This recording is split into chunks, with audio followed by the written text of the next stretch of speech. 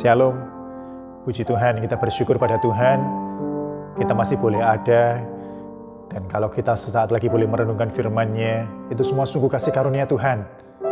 Mari kita naikkan syukur penyembahan kita bagi Dia, mari kita memberi diri dituntun, dibentuk oleh kebenaran firman-Nya. Mari kita naikkan satu pujian bagi Dia.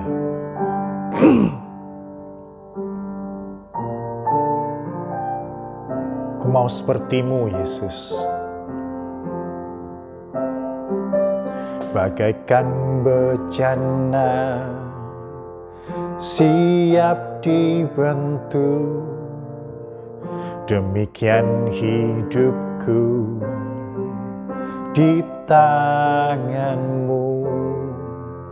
Dengan urapan kuasa Roh-Mu, ku dibaharui selalu. Jadikan ku Allah dalam rumah-Mu, inilah hidupku di tangan-Mu. Bentuklah seluruh kehendak-Mu, pakailah sesuai rencana-Mu.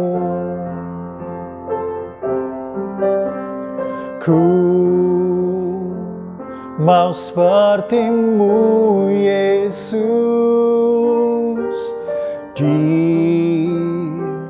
disempurnakan selalu dalam segenap jalanku, memuliakan nama-Mu. Bagaikan bejana, siap dibentuk, demikian hidupku di tangan-Mu. Dengan urapan kuasa Roh-Mu, ku dibaharui selalu. Jadikan ku Allah dalam rumah-Mu, inilah hidupku di tangan-Mu. Bentuklah seluruh kehendak-Mu, pakailah sesuai rencana-Mu.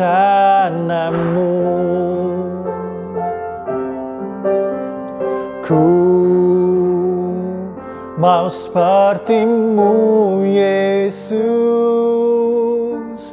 disempurnakan selalu dalam segenap jalanku, memuliakan nama-Mu. Ku mau seperti-Mu, Yesus, disempurnakan selalu dalam segenap jalanku, memuliakan nama-Mu. Memuliakan nama-Mu. Memuliakan nama-Mu.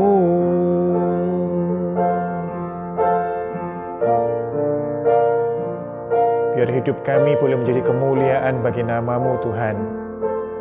Dalam hidup yang terus-menerus diperbaharui, dalam hidup yang mengenakan pikiran dan perasaan yang ada pada Yesus Tuhan kami. Kiranya kami terus Kau sempurnakan. Kiranya Engkau terus bentuk dan jadikan kami indah di hadapan-Mu ya Tuhan. Seturut firman-Mu, seturut tuntunan-Mu. Kalau sesaat lagi kami diberi kesempatan merenungkan firman Tuhan, kiranya Roh-Mu yang kudus yang memberikan kemampuan dalam segala keterbatasan kami, untuk kami boleh diajar mengerti apa yang menjadi kehendak Tuhan kami, untuk kami boleh dimampukan melakukan kebenaran firman dalam hidup kami sehari-hari. Tuntun kami Tuhan, kami berdoa. Amin. Puji Tuhan. Mari kita buka bersama dalam Filipi pasal yang kedua. Kita mau baca mulai ayat yang ke-5 sampai yang ke-8. Filipi pasal yang kedua ayat 5 sampai 8. Hendaklah kamu dalam hidupmu bersama menaruh pikiran dan perasaan yang terdapat juga dalam Kristus Yesus, yang walaupun dalam rupa Allah, tidak menganggap kesetaraan dengan Allah itu sebagai milik yang harus dipertahankan, melainkan telah mengosongkan dirinya sendiri dan mengambil rupa seorang hamba, dan menjadi sama dengan manusia.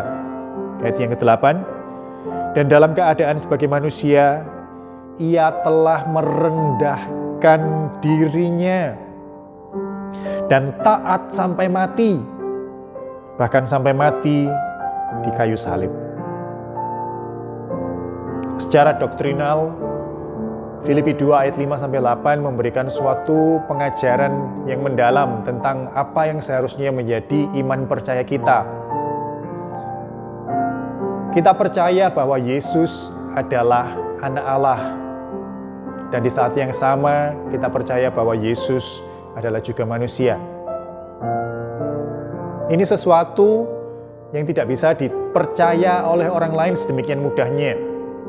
Mereka mungkin mengakui keberadaan Yesus sebagai manusia, sebagai nabi, sebagai manusia yang luar biasa. Tapi iman kekristenan mengajarkan kita bahwa Yesus setara dengan Allah, serupa dengan manusia.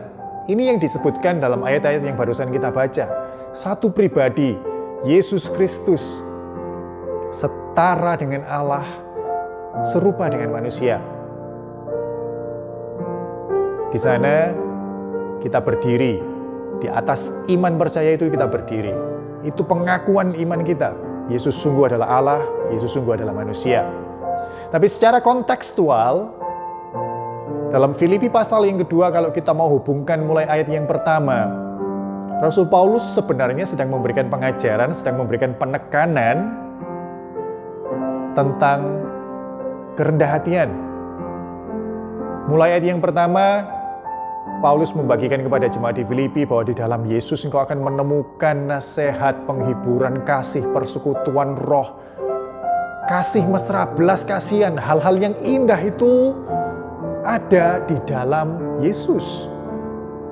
Tapi Paulus melanjutkan di ayat yang kedua sampai dengan yang keempat, bahwa mengikut Yesus itu tidak berhenti sampai dengan menikmati keindahan hal-hal yang ada dalam Yesus tadi.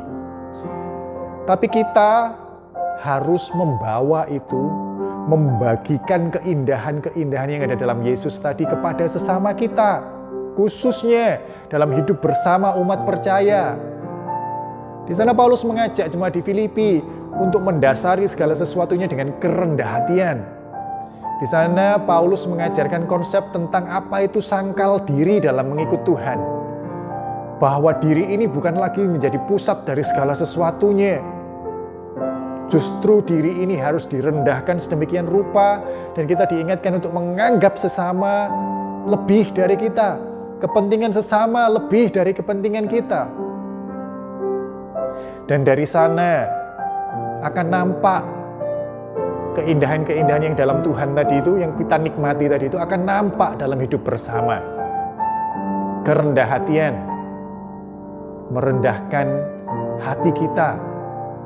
Dan di ayat yang ke-5 sampai yang ke-8 Paulus mau menjelaskan lebih lagi Merendahkan hati yang bagaimana?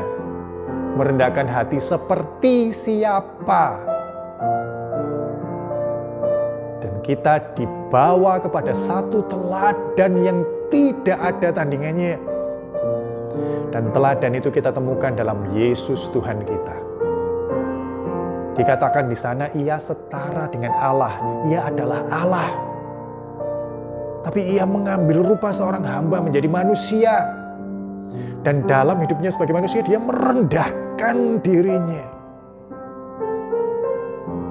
Dia yang Allah, dia punya segala alasan untuk bermegah dan berbangga. Dia raja di atas segala raja, dia Allah yang mulia, dia mencipta dan menopang semesta. Tapi dalam segala hal yang bisa dibanggakan itu, dia justru merendahkan dirinya. Datang ke dunia mengambil rupa manusia, menanggalkan kealahannya, mengosongkan dirinya.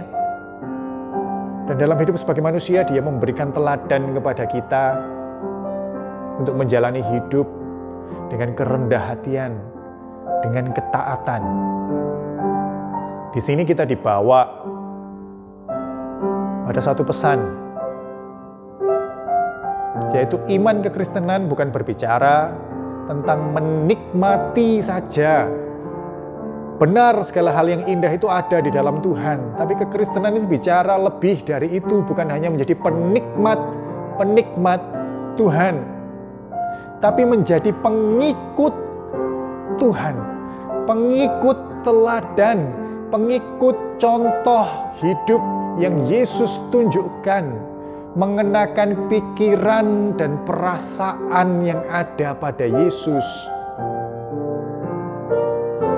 Sudahkah dalam hidup kita nampak hal-hal yang demikian? Sudahkah kita mengenakan pikiran dan perasaan Tuhan? Sudahkah kita mengikut teladan Tuhan? Sudahkah kita menyikapi segala sesuatunya seperti Yesus menyikapinya? Saat kita memandang mereka yang sakit dan menderita, apa yang ada dalam perasaan kita? Saat kita melihat yang menyebut diri pemimpin jemaat tapi mengajarkan kesesatan kepada umat, apa yang ada dalam pikiran dan perasaan kita?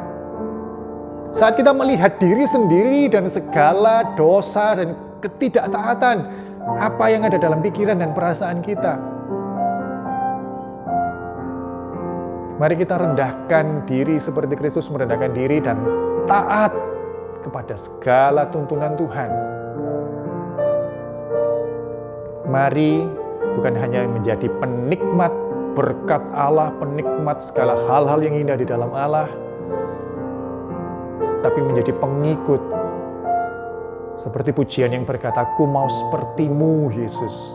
Beri diri kita untuk disempurnakan, beri diri kita untuk dibentuk, ditegur oleh firman Tuhan. Beri diri kita dituntun oleh penolong, oleh penghibur, oleh Roh yang kudus.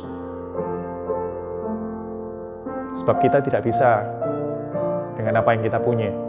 Sebab daging kita begitu lemahnya. Sebab itu mari kita berserah senantiasa. Sebab itu mari kita terus lekat, dekat, erat pada Tuhan. Sebab itu mari kita rendahkan diri kita di bawah kebenaran firman Tuhan. Mari kita berdoa. Terima kasih Tuhan, kami bersyukur buat firman-Mu. Kau mengingatkan kami bahwa iman kekristenan bukan sekedar mencari segala hal-hal yang memuaskan keinginan kami. Bahwa iman kekristenan bukan berpusat pada diri sendiri. Tapi iman kekristenan berbicara tentang menyangkal diri. Tentang merendahkan diri. Dan di sana kami diberi satu teladan yang mulia, yang tak lain tak bukan ada pada Tuhan kami. Bagaimana Yesus yang adalah Allah merendahkan dirinya, mengambil rupa seorang hamba, dan dalam hidup sebagai manusia dia taat, dia rendah hati sedemikian rupa. Dan di sana kami diingatkan untuk menjadi pengikut Tuhan. Meneladani apa yang sudah dicontohkan oleh Tuhan. memberi diri taat kepada firman yang merupakan tuntunan. Kiranya Roh yang Kudus yang memampukan kami, menuntun kami, sehingga iman kekristenan itu menjadi nyata dalam tindakan-tindakan kami, dalam perbuatan-perbuatan kami, dalam hubungan kami dengan sesama, khususnya dalam ruang lingkup sesama umat percaya. Kiranya di sana nyata ada nasihat, ada penghiburan kasih, ada persekutuan Roh, ada kasih mesra, ada belas kasihan. Dan dalam kesatuan kami sebagai umat percaya, nama Tuhan boleh dipermuliakan. Terima kasih Tuhan. Segala puji syukur bagi nama-Mu. Dalam nama Tuhan Yesus kami berdoa. Amin. Puji Tuhan. Tuhan memberkati.